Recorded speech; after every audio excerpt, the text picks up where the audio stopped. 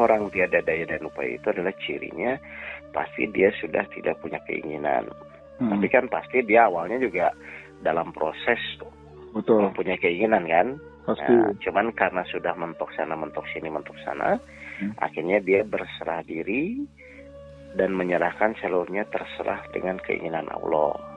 Efeknya adalah secara dia tidak sadar, dia 100% bergantung kepada Allah. Betul ya Pak ya? Betul. Nah, di dalam beberapa ayat Al-Quran memang seperti surat Luqman ayat 22 mengatakan barang siapa berserah diri kepada Allah, niscaya Allah akan, barang siapa yang berserah diri kepada Allah, dia berpegang teguh pada buhul tali yang kokoh. Berarti sebenarnya kalau kita renungkan berarti sebenarnya tuh orang berserah diri ini kan akhirnya jadi menjadi kuat kan? Betul, karena dia berpegang ke buhul yang kokoh. Jadi kenapa menjadi kuat? Pertama pasti dia akan lolos dari godaan iblis karena dia sudah bergantung 100% kepada Allah. Yang kedua berarti Allah yang nanti akan memperjalankan dia. Kan begitu.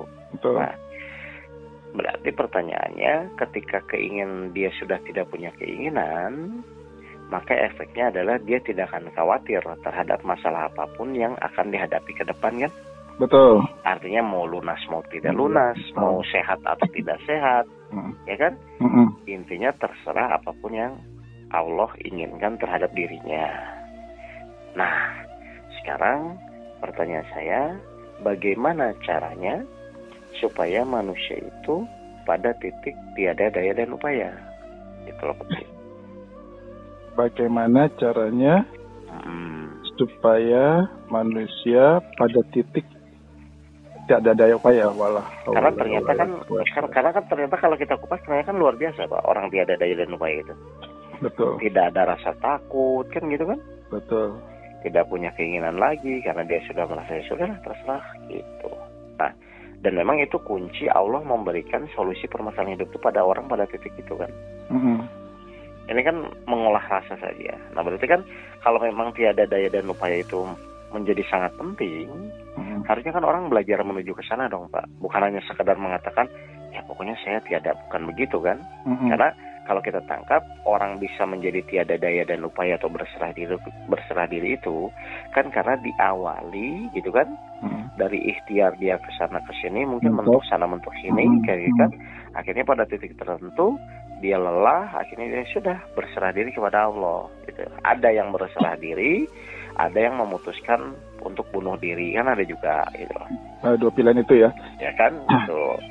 Nah, karena orang bunuh diri itu kan karena tidak bisa berserah diri kepada Allah kan sebenarnya. Benar. Nah, jadi pertanyaan saya itu berarti kalau memang ini menjadi penting, berarti kan harusnya kita mulai belajar dong step by stepnya, langkah demi langkahnya bagaimana supaya kita tuh bisa pada titik tiada daya dan upaya. Syukur-syukur pas di awal pun ujian itu menimpa kita sudah tiada daya dan upaya, kan begitu kan? Nah, coba menurut Pak Fedi, apa nih yang harus kita lakukan supaya kita ini menjadi tiada daya dan upaya gitu? Ya, tentunya gini, pertama ya kita harus menerima kondisi yang ada gitu kan. Kemudian ya sudah, yang kita penuhi sekarang adalah bagaimana caranya supaya keinginan Allah yang bukan keinginan kita yang kita laksanakan, tapi justru fokus ke Allahnya, ketaatannya Pak. Kok saya gitu? Oke, gini. Jadi langkah pertama betul, supaya orang menjadi tiada daya dan upaya, kan sebenarnya kuncinya adalah keinginan Pak ya. Karena selama dia memaksakan tetap keinginan dia, tidak akan bisa untuk menjadi tiada daya dan upaya kan. Nah, berarti yang pertama betul. Berarti dari awal dia harus meyakini atau misalnya menyiapkan diri bahwa dia harus siap menerima semua kejadian yang Allah berikan. Nah, berarti dari awal memang harus karena Allah gitu loh. Supaya Allah nanti mengatur rasa itu. Lalu yang kedua, tetap dia harus melakukan ikhtiar maksimal, tapi niatnya memang hanya menjalankan perintah Allah. Yang ketiga, pasti yang setelah namanya orang dalam usaha maksimal itu pasti akan muncul hasil, dan dia pun harus sudah menyiapkan bahwa nanti hasil apapun itu tetap yang terbaik dari Allah. Sehingga target dia itu bukan proses keinginannya terwujud. Target dia adalah hanya fokus dalam rangka hanya menjalankan perintah Allah saja. Gitu, jadi. Berarti itu bisa nggak disederhanakan gini? Misalnya ada pertanyaan. Oke, karena kita tahu bahwa kalau kita berserah diri, maka kita berpegang kepada buku yang kuat. Nah, orang kan ada dua kondisi nih. Mentok dulu baru berserah diri, atau pilihannya ya dari awal sudah berserah diri. Gimana tuh? Ya itu, makanya kan tadi saya sampaikan. Karena memang kita tahu luar biasanya orang tiada daya dan upaya itu kan tidak ada kekhawatiran, penuh dengan tanda kutip bergantung kepada Allah. Makanya kita berusaha bagaimana caranya supaya di awal itu kita sudah bisa berserah diri, gitu loh Pak. Di awal, jadi rasa yang di awal itu yang harus kita bisa lakukan untuk berserah diri. Kenapa? Ya kalau udah begitu kan beres, menjalani ikhtiar tidak khawatir, kan gitu kan? Iya. Nah, cuman proses ini yang harus dipelajari itu gini. Supaya orang mudah berserah diri itu memang dari awal kita harus meluruskan niat, gitu. Bahwa niat kita tuh ya tanda kutip orang berserah diri kan nanti diperjalankan Allah tuh Pak. Betul, ada diberikan petunjuk ya. Karena dari awal kejadian dia sudah menerima bukan karena masalah tapi karena Allahnya, kan gitu kan? Betul. Pada saat ikhtiar pun dia hanya berikhtiar maksimal bukan untuk mengejar hasilnya tapi karena Allahnya, gitu loh. Dan nanti di akhirnya pun dia mendapatnya hasil tuh ya dia karena Allah. Jadi yang dia fokuskan itu bukan pada keinginannya terwujud, tapi yang dia fokuskan itu bagaimana saya langkah demi langkah itu selalu taat dalam menjalankan perintah Allah, gitu.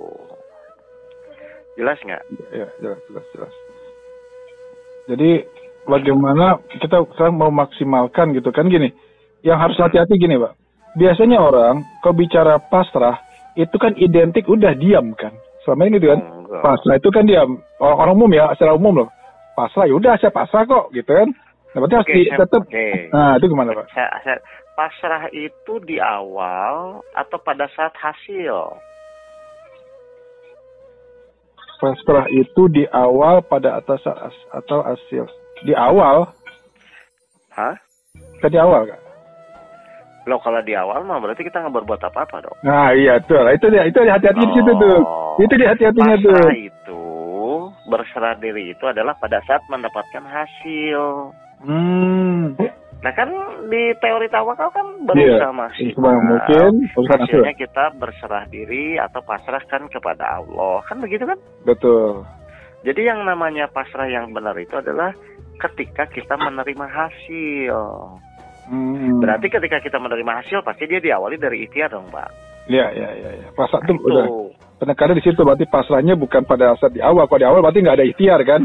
Nah, ya salah. Jadi pasrah yang kita sampaikan adalah pasrah kepada hasil apapun yang Allah berikan. Bagaimana Allah bisa memberikan hasil? Ya pasti diawali dari ikhtiar. Ikhtiar, ya.